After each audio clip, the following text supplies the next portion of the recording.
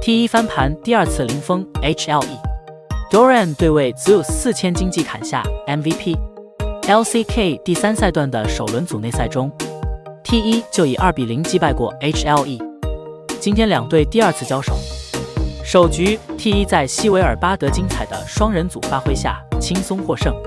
第二局 T1 前中期陷入劣势，但是通过 HLE 给的失误，找到了翻盘的机会。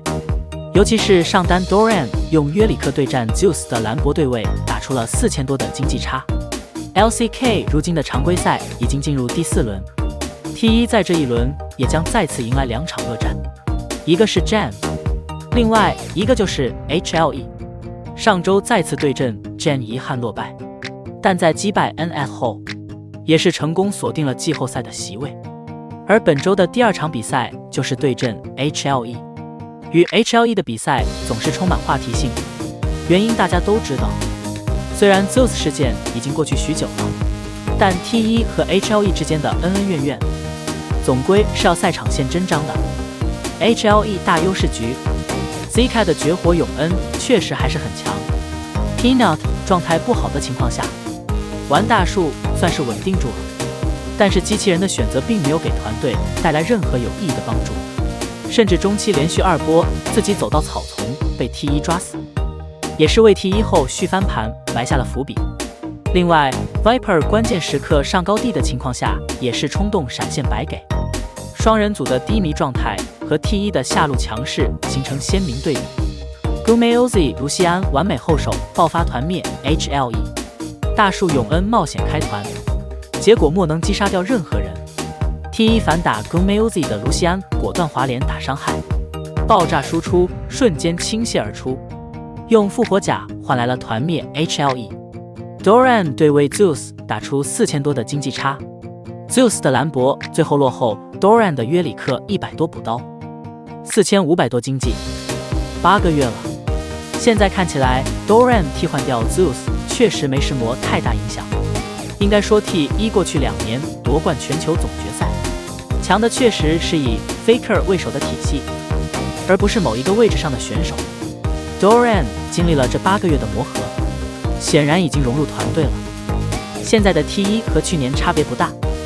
Zeus 离开之后，显然有能力，但感觉没有用武之地。Doran 拿下 MVP，T1 今年依然拥有极强的争冠实力。随着团队磨合渐入佳境，全球总决赛的日子也临近，他们确实仍然有机会去创造3连冠，也就是6冠王的伟业。这或许也确实是 Doran 此生仅有的一次问鼎 S 赛的宝贵机会了。相信他会比任何人都清楚今年在 T1 的意义。T1 保持高强度竞技状态 ，Faker 最近倒是又蛰伏起来了。也是比较符合过去几年在全球总决赛前闭目养神的路子，而如今的 T1 下陆双人组和上单 Doran 的表现都格外出色，他们仍然是 LCK 年度总决赛和 S15 的夺冠大热。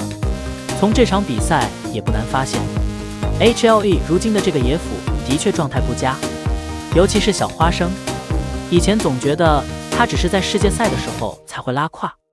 可自从之前被让2追3后，像是道心破碎了一样。Zika 的发挥也是神一阵鬼一阵。